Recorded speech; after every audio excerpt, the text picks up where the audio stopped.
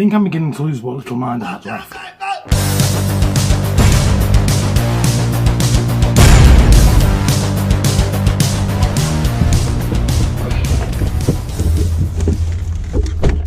Oh, hello there. How are you doing? For those of you who are new here, I'm the Viking, and this is the channel where I talk about the things that affect me day to day in my life and my interests and stuff. And with it being May, it's Mental Health Awareness Month, which means I'm going to spend every video I do this month talking about mental illness.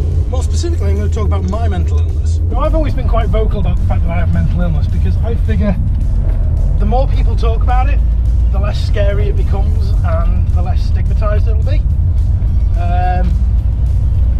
So I spend a lot of my time talking to people about my personal experiences with mental illness and how things go and how I found out I had depression and anxiety and everything else I've got. One of the topics that I want to talk about today is something that I've noticed a lot with people at the moment, and that is taking control of your mental illness and owning your mental illness. I don't know whether it's because of social media or just because the world in general is completely and utterly but depression and anxiety seem to be on the rise. Part of the problem is there are impressionable people who think it's trendy and cool to be mentally ill. And as a mentally ill person, I'm going to tell you right now, it isn't. It sucks. Even now, even with all the knowledge we have on mental illness, it's still quite often portrayed as an Instagram model staring out of a window with rain, artistically throwing shadows onto her cheeks, and that isn't what it is at all. It's ugly and vindictive, and it's a hatred of both yourself and everything around you. It's unpleasant, it's not nice, but the other trend that has been spiking that I've noticed is that people are blaming everyone else for their mental illness, and to a certain extent I get where they're coming from. The problem comes when you really start to dissect it, and yes, mental illnesses can be developed because of the way people have treated you. You know, PTSD is very real.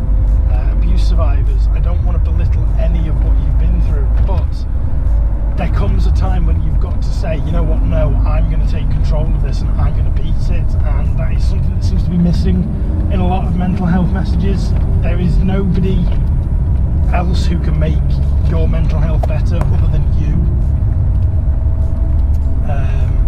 and that's where the problems start, because I hear so many people going, oh well, I went to the doctors and they didn't do anything. It's like, well, get a different doctor then.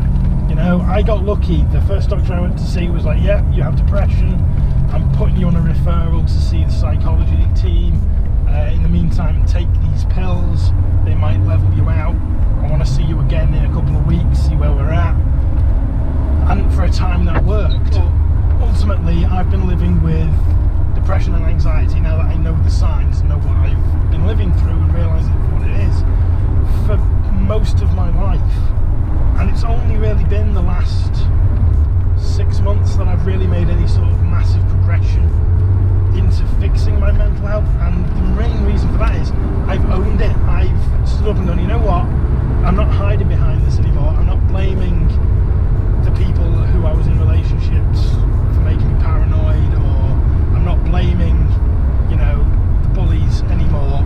At the end of the day, I have a chemical imbalance in my brain. The only way that I'm going to fix it is to work on it, and more people need to do that. And as harsh as it sounds and as difficult as it is for most people to realise, that's the biggest hurdle when coping with mental illness. I have a very, very close friend, a very dear friend of mine, who over the last year and a half has made monumental leaps in her mental health. She's the most mentally healthy I've ever seen her. She's doing fantastically well, and the reason for that is she recognised the issues that were causing her mental illness, namely the way she was treated by certain people. She tried to fix it with them. They refused to make any sort of change to their lives to help her, so she cut them out of her life. And it was difficult because, you know, these are people who raised her, but she recognised them for what they were and she made the change. And kind of a sad situation, not for her, because she's made the steps that she needs to make to improve her mental health. It's a sad situation for the people she's had to cut out because they were so unwilling to face their own actions that they now no longer have her in their lives. They no longer have this amazing, funny, talented, brilliant person around them. And they've lost out majorly because of that.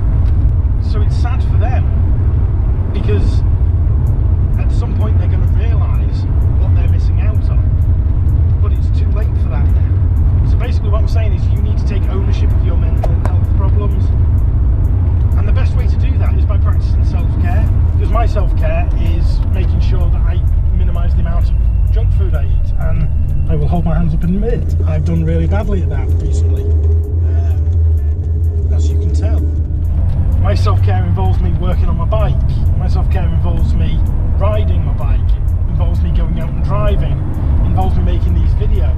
That is my self-care. You know, someone who has no interest in making YouTube videos, telling them to go out and make YouTube videos isn't going to work for their self-care. It's not going to make their mental health any better. If anything, it's going to make it worse, because you're forcing someone to do something that they don't want to do. And mental health already takes enough away from you. You don't need to be adding to that. So you need to find something that works for you. And as long as it's not hurting anybody else and it's not hurting you, that can be anything. You know, if you always wanted to write a book, then write it. Use your downtime, use that time to re-energise yourself, do something you're passionate about. Do you play a musical instrument? If so, do that. Are you into video games? If so, do that. Are you really into sports? Do you play football?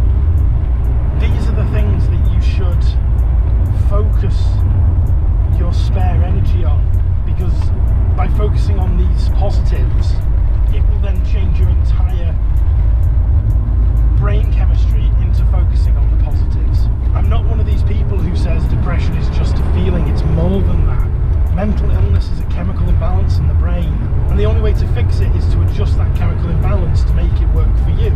And if that means you have to take medication to balance it off, then take medication. Don't listen to the people who go, oh, the only medication you need is a walk in the woods. Bollocks. Sometimes you need meds.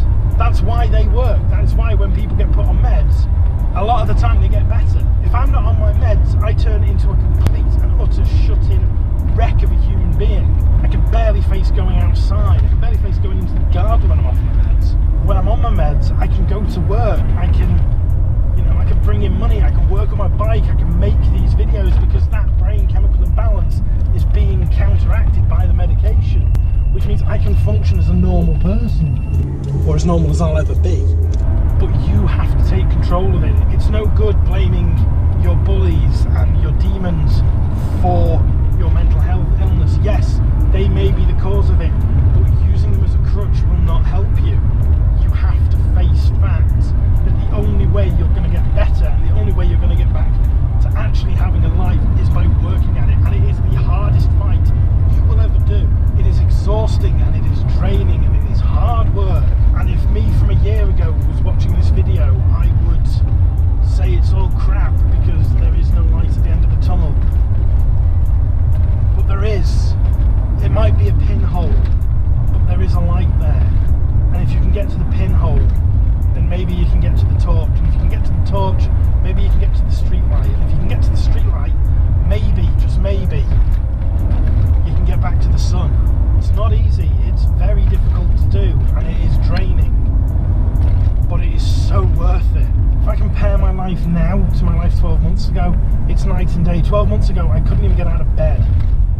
12 months ago, I refused to do anything. 12 months ago, I was in hospital, being checked in on every 15 minutes to make sure that I hadn't hurt myself. And now I'm back at work, I'm doing things I enjoy again, I'm going places and planning things. I'm getting excited about ideas. I've not been excited about an idea I've had for something in years. I'm watching YouTube videos of people doing paranormal investigations, and I've realised it's something I really want to do for me, not just for other people. I want to go out and, do a seance. I want to go out and do things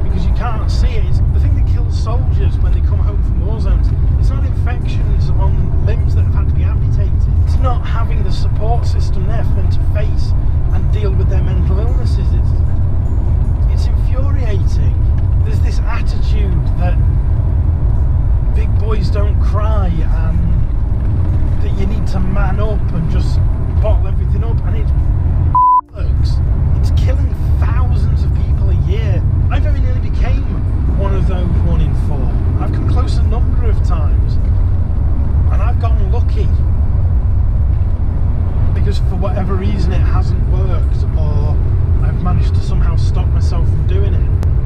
But there's so many people out there who don't get lucky like I did. It's so important to look after your mental health, because if you do what I have done over the last 15 to 20 years and ignore it, it just gets worse and worse and worse until you finally break. And it's daft, you don't break over something major.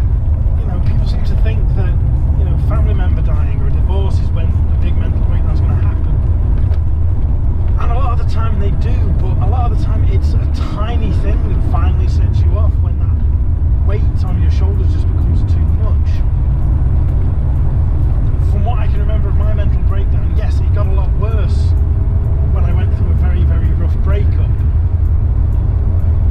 But it wasn't the breakup that put me in hospital, it was something daft, like the ink in a pen running out, or something along those lines. I can't remember it exactly, but it was something along those lines that set me off. The biggest trick with mental illness is you've got to learn to forgive yourself for having it. Once you do that, the things begin to fall into place.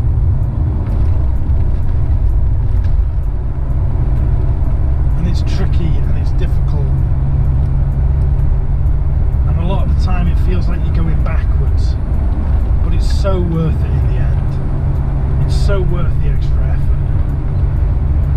This episode's got a bit heavy, and the next few are going to be heavy as well. I talk about this, but it needs to be talked about. It needs people like me to talk about mental illness, because it strikes anyone and everyone. It's an equal opportunist killer, frankly. You know, it's not just teenagers who get depression and anxiety. It's 30-year-old bikers who get to a point where they can't breathe because the panic attack they're having is so vicious. If you think this is worthwhile me continuing, guys, make sure you hit that subscribe button. Let me know that I'm on the right track with this. Leave a comment down below with your self-care tips, with your experiences. I'd love to hear them, and I'm sure other people would too, because the sooner we destigmatise this, the sooner we can save people's lives. And that's why I want to do this for this month. And going forward, this is why I want to talk about it. Because ultimately, if me talking about it can stop one person from hurting themselves, if me talking about my mental illness can talk someone else back from the ledge, then that's enough for me. It's worth all the pain, because I got to help somebody else. That's what being human needs to be. We need to stop this constant thought of, oh well, I need to screw everybody else over to succeed.